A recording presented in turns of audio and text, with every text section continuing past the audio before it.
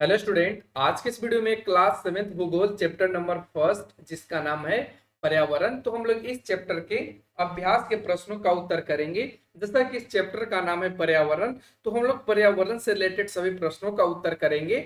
और क्लास 7 से रिलेटेड और भी वीडियो हमने अपलोड कर रखा है, जैसे कि संस्कृत का हमने अपलोड कर रखा है, तो आप लोग जाकर के देख सकते हैं। आप लोग को इस वीडियो के डिस्क्रिप्शन में या आई बटन पे आप लोगों को लिंक मिल जाएगा, जहां से जाकर के आप क्लास 7 के संस्कृत के सभी चैप्टर का क्वेश्चन आंसर देख सकते हैं। तो चलिए बढ़ते अपने क्वेश्चंस की तरफ। क्वेश्चन आपके स्क्रीन पर आएंगे, जिसमें आपसे फर्स्ट क्वेश्चन कहा गया है कि पारितंत्र क्या है। तो आइए जानते हैं कि पारितंत्र किसे कहते हैं। तो इसका उत्तर हमने इस तरीके से लिखा है कि वह तंत्र जिसमें सभी पेड़ पौधे, जीव जंतु एवं मानव अपने आसपास के पर्यावरण पर आश्रित होते हैं। समस्त जीवधारियों का आपसी एवं अपने आसपास के पर्यावरण के बीच का संबंध ही पारितंत्र कहलाता है। जैसे घास स्थल, रेगिस्तान, पर्वत, झील, नदी, महासागर, अधिक वर्षा वाले वन। अब हम इसको अगर समझाना चाहें तो आप इस तरीके से समझ सकते हैं कि जैसे आपके पास घास के स्थल है, रेगिस्तान है, पर्वत है, झील है, तो आप इन सभी को कनेक्ट किस तरीके से करेंगे। तो घास स्थल को झील की जरूरत पड़ेगी, यानी पानी का। रेगिस्तान में क्या होगा, तो रेगिस्तान में सैंड होगा, इसकी जरूरत ऊंटों के साथ होगा। ठीक है, किसके साथ होगा, ऊंटों के साथ होगा। तो ये सभी एक दूसरे से क्या होते हैं, कनेक्ट होते हैं, सभी एक दूसरे से मिल करके बनते हैं। तभी ये लोग अपने यानी पेड़ पौधे, जीव जंतु और मानव अपने अपने जीवन को यापन करता है। ये आपको जो भी पर्यावरण मिलता है वो प्राकृतिक तौर पे मिलता है, और मनुष्य या जीव जंतु अपने आवश्यकता के अनुसार इनसे कनेक्ट करता है, और इसे कनेक्ट करना ही क्या कहलाता है, पारितंत्र कहलाता है। तो उम्मीद करते हैं आपको क्वेश्चन समझ में आया होगा, और साथ में आंसर भी हमने आपको यहाँ पे समझाने की कोशिश की। अगला क्वेश्चन आता है ख, जिसमें कहा गया है कि प्राकृतिक पर्यावरण से आप क्या समझते हैं। तो जैसे प्राकृतिक कहने से ही पता चल रहा है कि यह वैसा पर्यावरण होगा जिसमें मनुष्यों का कोई हस्तक्षेप नहीं होगा। इसमें हम मनुष्यों का या किसी भी जीव जंतुओं का कोई हस्तक्षेप नहीं होगा। तो ऐसे जो पर्यावरण होंगे उसको हम प्राकृतिक पर्यावरण के रूप में जानेंगे। तो देखिए उत्तर में हमने लिखा है कि प्राकृतिक पर्यावरण वह है जिसमें प्रकृति के द्वारा निर्मित की हुई चीजें शामिल होती हैं, जैसे भूमि, जल, वायु, पेड़ पौधे, जीव जंतु, पहाड़, नदियां, झरना। इनमें से कोई भी ऐसा चीज नहीं है जिसको मनुष्यों ने बनाया हो। ठीक है, यह प्रकृति के द्वारा दिया जाता है गिफ्ट के रूप में, यानी कि फ्री में हम लोगों को उपलब्ध कराया जाता है, और इस हम लोग इसका उपयोग अपने आवश्यकता के अनुसार करते हैं। ठीक है, तो आप लोग इस चीजों को समझ पाए होंगे। अब आता है अगला क्वेश्चन, जिसमें कहा गया है कि पर्यावरण के प्रमुख घटक कौन कौन से हैं। तो आइए जानते हैं। उत्तर में हमने लिखा है कि पर्यावरण के प्रमुख घटक निम्नलिखित हैं, जिनमें आपको तीन यहाँ पे देखने को मिलेगा। एक आपका प्राकृतिक घटक है, सेकंड मानव निर्मित है, और थर्ड में मानव मानव स्वयं ही एक पर्यावरण का घटक है। जैसे अगर हम प्राकृतिक घटक की बात करें तो इसमें आपको देखने को मिलेगा भूमि, जल, वायु, पेड़ पौधे, पहाड़, नदियां। ये प्राकृतिक घटक है। उसके बाद मानव निर्मित घटक की बात करें तो इसमें आप देखेंगे पार्क हो गया, पुल हो गया, सड़क, उद्योग और भी है, लेकिन हमने यहाँ पे चार ही लिखे हैं। मानव स्वयं किस रूप में है, तो मानव देखिए स्वयं मिलकर के किसका निर्माण करता है, परिवार का। परिवार से किसका निर्माण करता है, समुदाय का। समुदाय से किसका निर्माण करता है, धर्म का। और इसी तरीके से वह आगे की तरफ बढ़ते जाता है, और एक तरीके से वह स्वयं को पर्यावरण का एक प्रमुख घटक बनाता है। ठीक है, अब अगला क्वेश्चन आता है, क्वेश्चन नंबर घ, जिसमें कहा गया है कि मानव निर्मित पर्यावरण के चार उदाहरण दे। मानव निर्मित करने का मतलब कि ये मानव मनुष्यों के द्वारा बनाया गया है, हम मनुष्यों ने इसका इजाद किया है, ये बात यहाँ पे पूछा है। देखिए हमने उत्तर में पहले लिखा इस तरीके से, आपको फिगर के माध्यम से समझाने की कोशिश की है जो आपके बुक में दिया गया है। देखिए हमने यहाँ पे मानव निर्मित को इस तरीके से किया गया है कि एक तो ये पार्क है, फिर पुल है, इमारतें हैं, सड़क है, उद्योग है, और यहाँ पे देखेंगे स्मारक है। तो ये सभी किसका निर्मित किसका उदाहरण है? तो ये हम मनुष्यों का उदाहरण है। तो इसमें से किसी आप 4 को लिख लें। देखिए हमने उत्तर में लिखा है उद्योग को, पार्क को, सड़क को, साथ में इमारतें, ये सभी मानव निर्मित पर्यावरण है। अगला क्वेश्चन आता है जिसमें पूछा गया है कि स्थल मंडल क्या है। तो आइए जानते हैं स्थल मंडल के बारे में।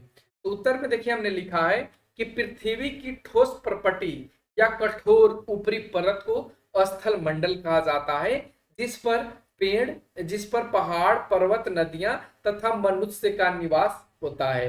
देखिए यहाँ पे पेड़ पौधे भी इसी परपटी पे पाए जाते हैं, यानी पृथ्वी के सबसे ऊपरी परत जिसको हम लोग स्थल मंडल कहते हैं, इस पर पेड़ पौधे भी पाए जाते हैं। यानी समस्त जीवधारी जिस जगह पे पाए जाते हैं उसी को क्या नाम दिया जाता है? स्थल मंडल। तो स्थल मंडल को आप समझ पाए होंगे। अगला क्वेश्चन आता है 6 क्वेश्चन में कि जीवीय पर्यावरण के 2 प्रमुख घटक क्या हैं। आपको बताना है जीवीय पर्यावरण के 2 प्रमुख घटक।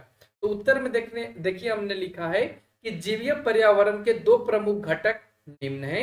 एक तो आपका जीव जंतु हो गया, जीव जंतु में हम मनुष्य हो गए, जानवर हो गया, ठीक है। इसमें जीव जंतु में क्या हो गया? मनुष्य हो गया, जानवर हो गए, ठीक है। इसमें बहुत तरीके के कीड़े मकोड़े हो जाएंगे। तो ये सभी जीव जंतु के अंतर्गत आ जाएगा जो जीवीय पर्यावरण के घटक है। और सेकंड में आप पेड़ पौधा को देखेंगे, इसमें हर एक प्रकार के पेड़ पौधे को शामिल किया जाएगा, ठीक है। तो इस तरीके से आप क्वेश्चन 6 का आंसर लिख लेंगे। जब में कहा गया है कि जैव मंडल क्या है, तो आइए जैव मंडल के बारे में जानते हैं। तो उत्तर में हमने लिखा है कि पृथ्वी का वह संकीर्ण क्षेत्र, संकीर्ण का मतलब छोटा क्षेत्र, ठीक है, जहां स्थल, जल और वायु मिलकर जीवन को संभव बनाते हैं, जैव मंडल कहलाते हैं। और इनमें खास करके पादप और जीव जंतु शामिल होते हैं और इससे जो निर्माण होता है उसी का नाम जैव मंडल दिया जाता है, ठीक है। अब बढ़ते आगे के क्वेश्चन, जिसमें कहा गया है कि सही उत्तर के सामने सही का चिन्ह यानी इस तरीके का चिन्ह लगाएं। तो देखिए आपसे क्वेश्चन में पूछा गया है इनमें से कौन सा प्राकृतिक पारितंत्र नहीं है। तो आप देखेंगे मरुस्थल है, वन है, ये ताल है। ताल का मतलब होता है तालाब, ताल का मतलब आप तालाब को समझ सकते हैं। क्या एक तालाब होता है प्राकृतिक होता है? तो कुछ प्राकृतिक हो सकते हैं लेकिन मैक्सिमम हम मनुष्यों के द्वारा बनाए जाते हैं। तो इसका उत्तर कौन सा हो जाएगा? सेकेंड। इनमें कौन सा मानवीय पर्यावरण के घटक नहीं है? यानी मानवीय पर्यावरण कहने का मतलब मनुष्यों के द्वारा नहीं बनाए गए हैं। तो इसका सही आंसर क्या बनेगा? स्थल। बाकी धर्म हम मनुष्यों के द्वारा बनाया जाता है और समुदाय हम मनुष्यों के द्वारा बनाया जाता है। बाकी ये जो स्थल है, जो जमीन है, वो हम मनुष्यों के द्वारा नहीं बनाया जाता है। तो इसलिए इसका राइट आंसर कौन सा हो जाएगा? का ऑप्शन ए। अगला क्वेश्चन आता है कि इनमें से कौन सा मानव निर्मित पर्यावरण है। आपको बताना है कौन सा मानव निर्मित पर्यावरण है। तो अगर आप बात करें तो यहाँ पे सड़क ऑप्शन की बात करें तो ऑप्शन ए में दिया है पहाड़, बी में दिया यानी सेकंड में दिया है समुद्र और थर्ड में दिया है सड़क। तो देखिए अगर हम पहाड़ की बात करें तो ये हम मनुष्यों की बस की बात नहीं है। समुद्र हम मनुष्यों द्वारा नहीं बनाया जाता है, लेकिन सड़क जो है वो हम मनुष्यों के द्वारा बनाया जाता है। तो हम कह सकते हैं कि इस प्रश्न का राइट आंसर ऑप्शन थर्ड हो जाएगा, सड़क, जो मानव निर्मित पर्यावरण है। हमें कहा गया है कि इनमें से कौन सा पर्यावरण के लिए खतरा है। इनमें से कौन सा पर्यावरण के लिए खतरा है? क्या पादप में वृद्धि? पादप मतलब पेड़ पौधे में वृद्धि। अगर पेड़ पौधे में वृद्धि करेंगे तो क्या यह पर्यावरण के लिए नुकसान होगा? जनसंख्या में वृद्धि करेंगे, जनसंख्या का मतलब हम अपनी संख्या को बढ़ा रहे हैं। फसल वृद्धि यानी आप एक से ज्यादा फसल को उगा रहे हैं, क्या इसमें है? तो ये बिल्कुल गलत बात है। इसका सही आंसर कौन सा बनेगा? ऑप्शन सेकंड बनेगा, जनसंख्या में वृद्धि। बाकी ये दोनों पर्यावरण के लिए हितकारी हैं और ये जो आपका जनसंख्या में वृद्धि है ये जनसंख्या के लिए क्या है? खतरा है। तो इसलिए घ का ऑप्शन सेकंड आपका सही बनेगा। अगला क्वेश्चन आता है जिसमें आपको मिलान करना है। एक तरफ आपको जैव मंडल, वायुमंडल और पर्यावरण दिया गया है और दूसरे तरीके से ये आपको 6 दिए गए हैं। तो आइए हम इसका मिलान करते हैं। तो जैव मंडल, जैव मंडल क्या होता है? तो अभी हमने आपको बताया था कि जैव मंडल वो होता है जिसमें क्या होता है, सभी जीव जंतु, स्थल और वायु आपस में प्रक्रिया करके जिस चीज का निर्माण करते हैं उसी को हम जैव मंडल कहते हैं। वायुमंडल क्या होता है? तो वायुमंडल में केवल और केवल हवा होती है जो पृथ्वी को चारों तरफ से घेरे हुए रहती है चादर के रूप में। तो इसका राइट आंसर क्या बन जाएगा? पृथ्वी को घेरने वाली वायु की चादर। जल मंडल क्या है? तो ये तो जल मंडल कहने से ही पता चल रहा है, इसमें जलीय क्षेत्र होगा, जैसे समुद्र वगैरह हो गया, नदी हो गया, झरना हो गया। तो इसके लिए कौन सा आंसर बन जाएगा? जलीय क्षेत्र। पर्यावरण क्या होता है? तो हमारे आसपास के जो भी क्षेत्र होता है वो क्या होता है? पर्यावरण होता है। ठीक है, यहाँ से एक गलती मिल गया है, आप इसको सुधार लेंगे, ये इसका नहीं होगा, आप इसको मिला लेंगे इससे हमारे आसपास के क्षेत्र, यानी घ को चौथा से। ठीक है, तो इसका राइट आंसर आप ऐसे कर लेंगे। अगला क्वेश्चन आता है जिसमें 4 नंबर में कहा गया है कारण बताइए। तो आइए हम कारण बताते हैं।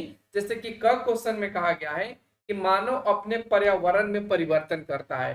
तो ये तो बिल्कुल सत्य बात है कि मानव अपने पर्यावरण में परिवर्तन करता है, और ऐसा वो इसलिए करता है कि वो जो प्रकृति के द्वारा चीजें दी गई हैं उसका अपने जीवन में किस तरीके से उपयोग करें। ठीक है, इसके लिए वो चीजों को या अपने आसपास के पर्यावरण में परिवर्तन लाता है। तो हमने देखिए यहाँ पे लिखा है कि मानव अपने पर्यावरण में आवश्यकता के अनुसार परिवर्तन करता है। वह अपने जीवन को यापन करने के लिए कृषि, पशुपालन, उद्योगों, कल कारखाने, आवागमन के साधन तथा अनेक ऐसे क्रिया को करता है जो प्राकृतिक पर्यावरण से नहीं मिलता, बल्कि उसे पर्यावरण में बदलाव करने से प्राप्त होता है। और इसलिए मानव क्या करता है? अपने पर्यावरण में परिवर्तन करता है।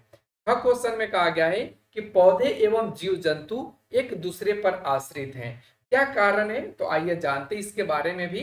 हमने लिखा है उत्तर में, सभी पेड़ पौधे, जीव जंतु एवं मानव अपने आसपास के पर्यावरण पर आश्रित होते हैं। इसका कारण यह है कि समस्त जीवधारी आपस में मिलकर ही पर्यावरण के बीच अपना संबंध स्थापित कर पाते हैं, जिससे अपने जीवन यापन को संभव करते हैं। जैसे मनुष्य अपनी आवश्यकता के अनुसार पेड़ पौधे के साथ साथ जीव जंतु पर आश्रित होता है। तो हमने यहाँ पे आपको बताया कि कैसे जीव जंतु और पेड़ पौधे अपने आसपास के पर्यावरण या एक दूसरे पर निर्भर होते हैं या आश्रित होते हैं। तो आज का ये वीडियो आप लोगों को कैसा लगा? इस चैप्टर में इतना ही क्वेश्चन दिया गया था। तो यदि आप लोगों को ये वीडियो पसंद आए तो चैनल को सब्सक्राइब कर लें और वीडियो को लाइक शेयर कर दीजिए। Thanks for watching, take care, bye bye. फिर मिलते हैं अगले चैप्टर, अगले कंटेंट के साथ।